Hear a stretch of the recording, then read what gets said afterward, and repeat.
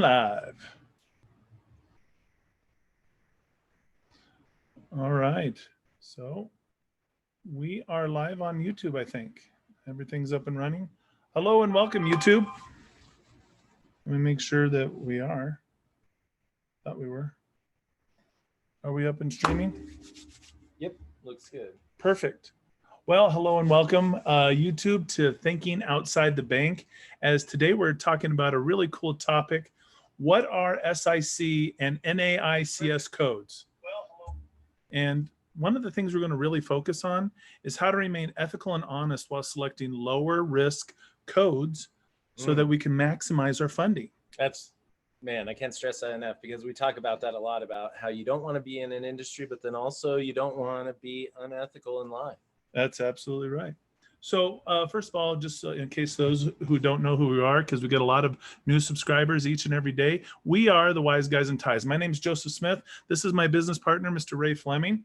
And we're not wearing ties today because it's the summer and we're in Arizona and it's hot. Absolutely. But folks, we're here to help you get the tools and the resources that you need to start, build, and grow your business. So if you're interested in learning more, click on the like and subscribe, and there's our contact information so you can reach out to us and we can start working with you. All right, so SIC codes come from the SEC. So this stands for the Standard Industrial Classification. It's a 4-digit code, right, that's generated by the I.R.S, right? I.R.S, SEC, they all kind of work together. It's the U.S. government, right? Now, this IDs your business's primary activity. The first and second digits are a major industry group, and the third digit is just your regular industry group, and then the fourth digit is your industry. Now, if you want to know more about what the codes are and what the industries are, I have a link there on the bottom of your screen. Take a screenshot. You can go check that out. But here's the important thing. This was designed by the I.R.S. to help them understand and track the putting you into a category. All businesses should claim the same type of deduction. So this is how these codes were originally designed. However, lenders came in and they started kind of hacking the system and using these classifications to help them assess risk. So, but that was how it originally started. But these categories are older categories. And so what then later happened was we ended up having a lot of new industry types come, and we needed another coding system. But why is this important? Why are the SIC codes so important? Why are we talking about it today? Well, if you look at it, if you went to Experian or any other business credit reporting agency, they have factors that influence your score.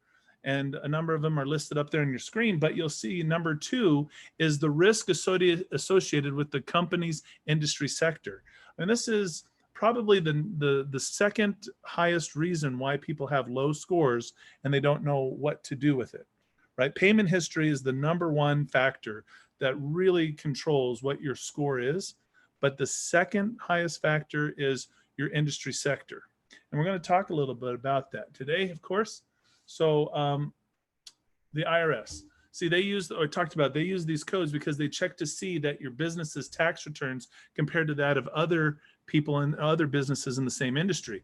Now, if your deductions are unlike any other business in the same category, then that means you could be audited, right? That's why the whole code was created, so that they could look for anything outside the norm or outside the patterns. Now, why is that important? Well, it's important to know who's looking at these codes and what they're using them for. But remember, I said that lenders hacked the system. They did it to assess risk. So what they wanted to do is they wanted to find out, okay, all business has some form of inherent risk, right? But how do we put that on a spectrum from low risk to high risk?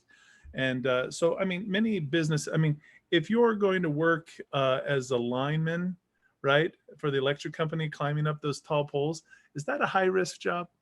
Absolutely. Yeah, it can be. What about an Alaskan fisherman in the Bering Sea? Oh, yeah, that's high risk. I've seen the show. Right, but also businesses have a lot of risk. And we're going to talk about and show you today which businesses are in the high risk categories. And so businesses that are labeled high risk, you may be in a situation where you have the wrong SIC code. That happened to one of our businesses. You remember? Oh yeah. We got in labeled what, credit repair? Yep. And that's a high risk industry, but we don't do credit repair. We do not. No, we've thought about it, but no, we velocity, credit banking can ultimately help you repair your credit, but yeah, we don't specialize in credit repair. But once, and see, this brings up a good point, because when it comes to your code, your industry code, you actually choose it. But if you don't choose it, it'll be chosen for you. And that's what happened with that business, is we didn't get ahead of it in time and choose the right code. And we allowed a lender to assign a code to us. And then it really gets hard. The best thing to do is just choose the code right on the first try, and then you don't have any issues, right? Because then you have to challenge it and go back and forth. You can be done, and we'll talk about that at the end. I've got a slide on that. You know, I want to give a big shout out. We've got Joel, and we got Latanya, and we got Will that are here on the webinar. Thanks for joining as we're really trying to help people understand their SIC codes and their NAICS codes. Blah. That just sort of doesn't roll off the tongue very well. But we're talking about why this is important. Like, why does risk matter? Well, it has to do with money. Lenders hesitate to do business with businesses that are high risk, right? So that means when you're high risk, you either are going to get stricter underwriting guidelines, or you're going to be denied altogether. Did you want to elaborate more on that? Because you talk a lot to people about risk all the time. Well, so stricter lending guidelines, especially, so if you're anything that's in a high risk industry, they're going to want to look much closer at it to see how you're doing in that situation. So with that being said, the high risk industries could be anything, not necessarily work related high risk. For example, we were talking about Alaskan fishermen. Doesn't necessarily have to be high risk like that. The actual business itself, the likelihood of that business going under. That's the high risk industry. So real estate, that can be considered high risk. Even though I think real estate is one of the safest investments, real estate businesses tend to be a little bit higher risk. But you've talked a lot to people about what that risk actually translates. Like we talk about risk, but what does that tangibly look like for somebody? If your risk is high, what does that mean for you versus if your risk is low? So if your risk is higher, that means your rates are going to be higher, your interest rates, your terms are going to be shorter. You're going to have non-favorable lending terms. Right. That's the best way to put it. And the lower risk or the better industry that you're in, that means the more favorable terms, the better your credit is, the better the rates you're going to get. Perfect. That's what I thought you were going to say. All right. So folks, we talked about the SIC codes, but then we talked about the fact that those are older codes. And well, what happened through time is there have been new industries, like the internet has brought about so many different new type of industries that weren't previously classified in the SIC codes. And so, you know, like take software, for example, software. Right. I mean, and there's so many sub branches of that. So there was a whole new coding system that came out, and it's called the North American Industry Classification System, or NAICS codes. And what the NAICS does is it collects, analyzes, publishes stats regarding the US economy. They define businesses by what they do, and they have broader categories than the SIC. So the SIC really has a ton of codes for a lot of businesses, and the North American Industry Classification System also has a lot of codes, but they're a lot broader. Now, it's important that I also put a link down there where you can go and find the NAICS codes. What you should be doing with the information, take a screenshot of this. Choose your SIC code, choose your NAICS code. You're going to find that based off of the business that you're in, you might find that there could be multiple codes that apply. So then we've got to really then look to see how are we going to choose which code that you should go with. All right, so let's talk about, so you select the code. That's the most important thing. That's your takeaway. And if you don't, it will be selected for you. So every time you fill out a loan application, you might not realize this, but or you open a bank account for your business, you're asked, what industry type are you in? Well, when you're asked that question, you are choosing your NAICS code. You're choosing your SIC code. And so, and you don't even think about it. See, many business owners, they don't remain consistent. Oh, I'm in real estate, or I'm in development, or I'm in, you could say marketing, consulting. Right. And so, and each of those has a different code. Now, what I told you, you need to look up your code, and we've already given you the links in the past slides on where to look up your SIC code and where to look up your NAICS code. You need to, when you are filling out applications with the bank or with the loan, use the verbiage that's in the code listing. Use the actual code every time. So when you do your taxes, there's a form, there's a place to put in your SIC code. You should put in your SIC code, right? Every time. There are multiple codes, and they lead to, these codes can lead to a low credit rating if you choose the good ones, right? When I say the good ones, the low risk ones. But you've got to be honest and ethical, and we'll talk about that in a moment. But let's talk about these codes and what the industries are. See, there's high risk industries. These are the ones that are subject to stricter underwriting guidelines. If so, we're talking about if you're in agriculture or forest products, auto, recreational vehicle or boat sales, courier services, computer and software related services, dry cleaners, entertainment. Adult entertainment is considered restricted. So that's a different category. We'll talk about that in a moment. But just regular entertainment, general contractors, gasoline stations, convenience stores, healthcare, specifically nursing homes, assisted living facilities, and continuing care retirement centers, special trade contractors, hotels, motels, jewelry and precious stones and metals, wholesale and retail, limousine services, long distance or over the road trucking.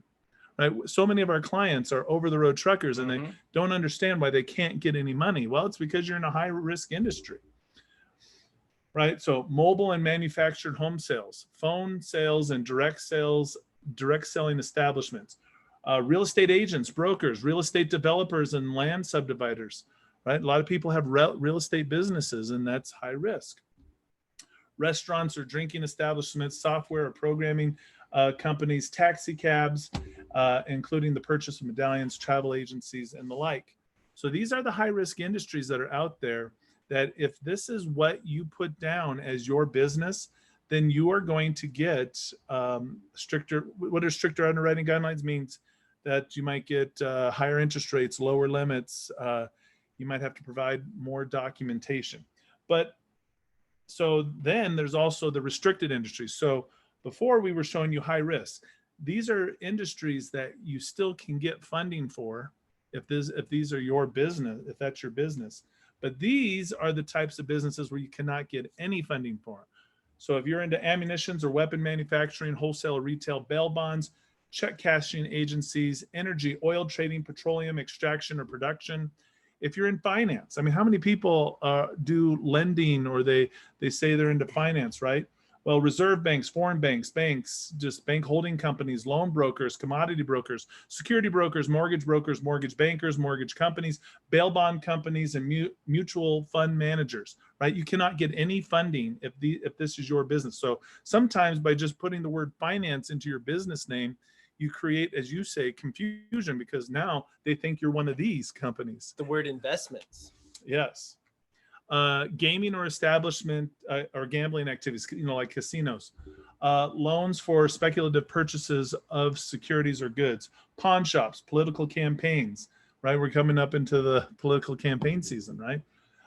Public administration. So we're talking about city, county, state, or federal government agencies, and X-rated products, entertainment. So all of those are restricted industries. So that, or any of these are your industry, or maybe you've done a play on words, right? You put something in there, but that's not really your industry.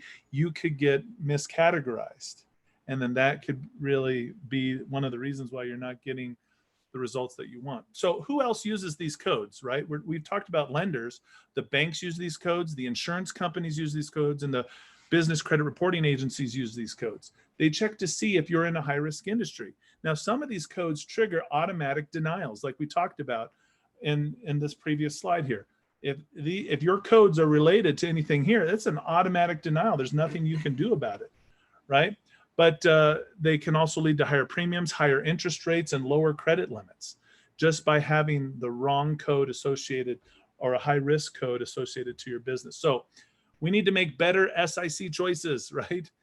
It's your choice. We talked about being honest and ethical, right? I mean, if you're a liquor store, right, which is a high risk industry, you're not going to say that you're in software development, right? No, we're not. We don't want you to choose marketing or consulting, right? No, we want you to choose the business code that best fits. But listen, when you go and you look up those codes that I shared with you, those links on the previous screens, and we should put those in the description, those links as well for SIC and NAICS. What we'll do is those will be in the description below for later if you want to watch watch this again later. So, but what you want to do is you want to look at your code and the codes that apply to your business. Now, if more than one code applies, we need to look at them and choose the one with the lowest risk. If you look and you see that, wow, there's about like 5 to 10 codes that apply, but 6 of these are high risk. Well, then let's go. Like, there's people who could be in a financial services business, right? But they also develop software, right? So which would you choose? Develop software or financial services? Well, I would go developing the software. Because financial services is on automatic denial, right? Both, yeah. So you might be in real estate investing, but you might also be in marketing, right? So real estate investing, high risk, marketing, low risk, which one would you choose? Marketing. Exactly. So no deception, choose the code. See, if you are being deceptive, like a lot of people try and say, oh, I'm in business management, or I'm in consulting. And then they look up your website and they see that you're selling real estate. Well, then you're going to risk denials because now you're being unethical, you're being dishonest. And then there's once you get labeled as unethical and dishonest in the lending community, that is a millstone around your neck. You just can't get away from that. It's hard. There's like this blacklist almost. Exactly. So what if your SIC and your NAICS codes are wrong, right? So sometimes you chose the incorrect code, right? Or it was chosen for you, or you might have been inconsistent and it's listed different places. See, that's another thing that leads to denials. If you have more than one code listed in all these different places and they're showing up, that is a red flag. That's true. Because now we don't know. We have confusion. What kind of business are you in? Because this lender and this bank and the I.R.S. and all these different places have you listed it as a different type of business. So list your industry codes correctly with the Secretary of State, the I.R.S., and the bank. So with the Secretary of State, there's different forms that you fill out and you can let them know what industry that you're in.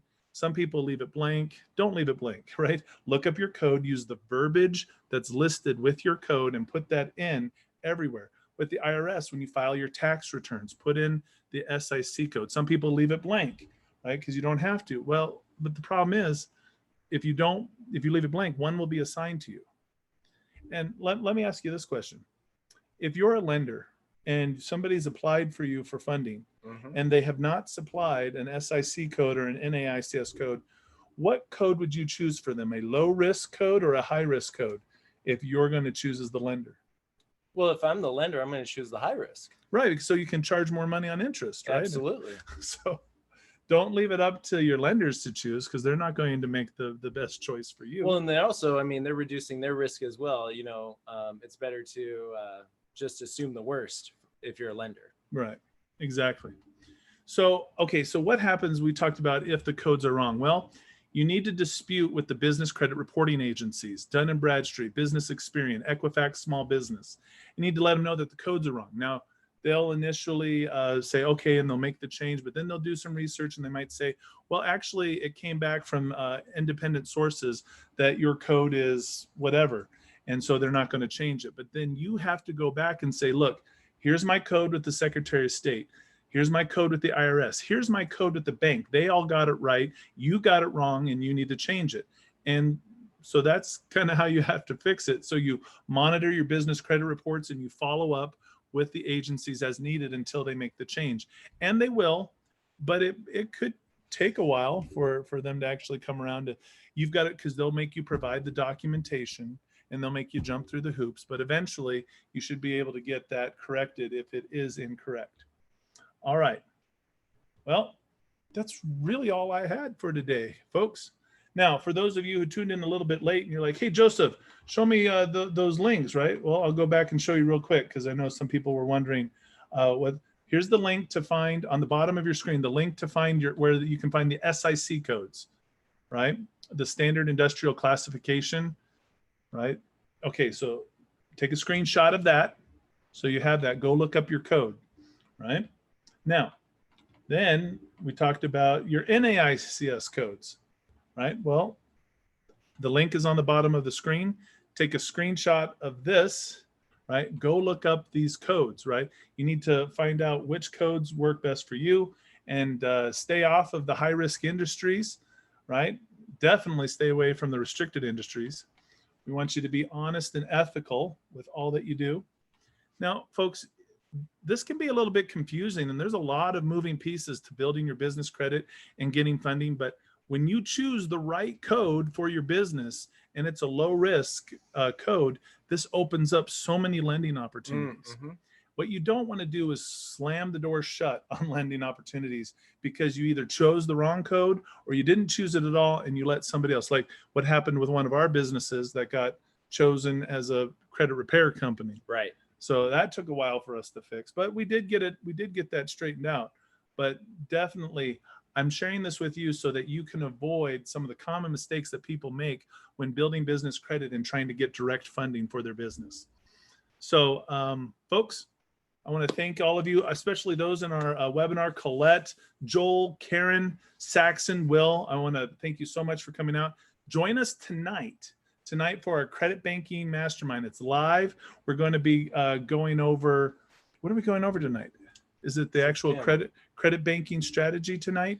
Tonight, well, we wrapped that up last week. I think tonight is actually business credit. I think this is banking? Business credit in mix with credit banking. Oh my goodness, this is such a culmination. This is like our most requested topic that we discuss. I mean, we get so many requests. Somebody's like, show us how to use business credit with the credit banking strategy. So we're going to cover that tonight. It's going to be pretty amazing. I want to make sure that you tune in and see how you can combine two awesome financial strategies and reap the rewards, right? Because ultimately we want to help you create an economy that you can control. Oh, hey, can we put the link for the SIC codes up again? We'll put it in the bottom of the screen. For the webinar folks. For the webinar folks? Yeah. Hey, Saxon, how you doing, buddy? Good to see you on here. I don't know what you're asking for. You mean click back? Yeah. Go back to and then I'll pull it off. Yeah, and I'll throw it in the one for the SIC code? Yeah. Let me make sure I had that one right. Perfect. And then I'm going to throw that in the chat here for anybody that wants it. And did you need the NAICS one? Yeah, let me, I'm going to drop that in the chat for you folks. And then also in the chat is the Wise Guys and Ties /event link to all the Zoom webinars that we do each week. There's 4 different Zoom webinars. Feel free to tap into 2 that are on business, finance, funding, and how to build and grow a successful business. Half an hour, Tuesdays and Thursdays during lunchtime. And then we also have Tuesday nights, credit banking, how to get out of debt strategically, case study each week, real life scenario situations. Thursday nights we have our all new real estate investing masterminds with Deal or No Deal. So that's exciting too, where real life deals, are they a deal or not? Last week was really cool. Yeah, we got a lot of good feedback. There's a auction. So people that were in the webinar got to bid on the property and kind of see if they bid too much or not. So that's pretty cool. All right, guys and gals. Any other questions? So I think I saw one question like, well, they didn't put anything, so they don't know what code might have been selected for them. Well, that's when you've got to set up your DMB profile. You've got to set up your business Experian and business Equifax, because they're going to go look it up. Yeah, and then you'll see what's there. But don't try to spend so much time finding out what somebody put for you. Go find out your code, and then you be proactive and make sure you put it everywhere. and make sure it's the same everywhere, and then you'll be fine. Yeah. All right. Absolutely. And then if you want to know more about business credit, how to build business credit, we put out that business credit masterclass on YouTube. So the Wise Guys and Ties, it's an 1.5-hour training on YouTube, goes through the entire process of how to build business credit step by step. So make sure you've checked that out. Absolutely. Well, folks, we reached the end of our time. We want to make sure that you guys get the maximum amount out of this time. It's lunchtime, and get you back to your daily routine. Join us tonight for business credit and credit banking combined strategy. And on behalf of myself, Joseph Smith, and Ray Fleming, we're the Wise Guys and Ties, helping you get the resources you need to start, build, and grow your business. And we want to say good night. God bless. God bless.